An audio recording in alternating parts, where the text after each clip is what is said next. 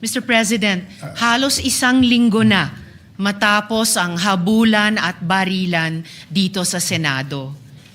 Sa loob-loob ko, hindi ako mapanatag na simula nung Lunes, ang ipinapakita natin ay para bang walang nangyari. Na para bang hindi nabastos ang ating institusyon, ang ating mga empleyado at ang mga Pilipino. Hindi maliit na bagay ang nangyari dito. At lalong hindi dapat inaasa sa mga Facebook Live, press conferences at media interviews ang pagtatahi-tahi ng mga pangyayari. Ganito na ba talaga kababa ang inabot ng ating politika sa Pilipinas? Ito na ba tayo, Mr. President? Tuluyan na bang nilihis ng politika ang ating mga pamantayan sa pakikipagkapwa? Siguro po para sa inyong mga wala dito. Pero para sa amin na nandito, napakaraming nangyari. Takot na takot po ako na kailangan ko na magpaalam sa mga anak ko. At yung staff ko, 2 pintuan ang pagitan ko sa putukan. Yung staff ko na si Claire, na 20 years na sa akin, nandun siya sa labas. She has a 12-year-old son.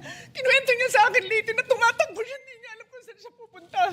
Kaya para sabihin niyo na walang nangyari. Napakasakit para sa aming lahat na nandito.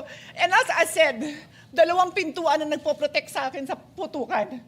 Pero yung media, yung Senate staff, yung hindi naman makauwi dahil sila ang security, sila ang elevator women and boys natin, nandoon po sila. So dear colleagues, napakarami nang nangyari. And one more thing, wala ho akong sinisisi. Pero nung pagkatapos ng lahat, pagtingin ko ng group natin, yung dating majority group, walang ni isa sa inyong nangamusta sa amin. Some of you I've known for 20 years, 10 years, and I didn't even hear any of you say, kamusta na kayo dyan?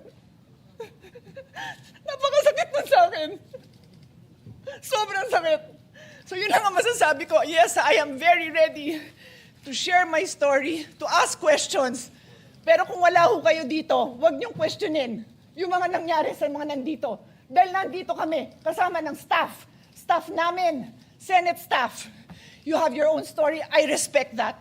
But please respect my own story. Thank you, Mr. President. I empathize with the experiences and the feelings expressed by the gentlewoman from Taguig and Pateros. May I just repeat what I clearly stated at the context of na parang walang nangyari. I'm talking about ngayon, after those terrible events that caused fear and a lot of other negative emotions and experiences sa ating mga colleagues, sa ating mga Senate staff, sa security unit dito at sa Senate media. Yun po yung punto ko, and it is akin to one of the points raised by Senator Erwin. Cause more alarm and confusion rather than clarity. But that doesn't mean na parang walang nangyari lang. I think that's the point where there will be strong answers, Senator Risa. But of course, you have your point of view and we respect that. Thank you, Mr. President. And lastly, just for the record, as I said earlier, I deeply respect the emotions of our distinguished colleague. It's evident that the violence that breached our halls has profoundly affected all of us. And I don't doubt, Mr. President, the leadership's personal distress over what transpired. However, when I stated that it feels now as though walang nangyari, I was not speaking about our personal feelings.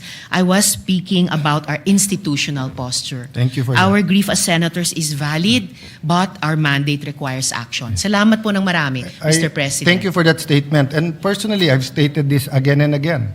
And I don't doubt the sincerity of President Marcos when he called to check if we are safe and to assure us that it wasn't an attack from the executive department. I don't doubt that. That's why we're waiting for the whole investigation. Thank you.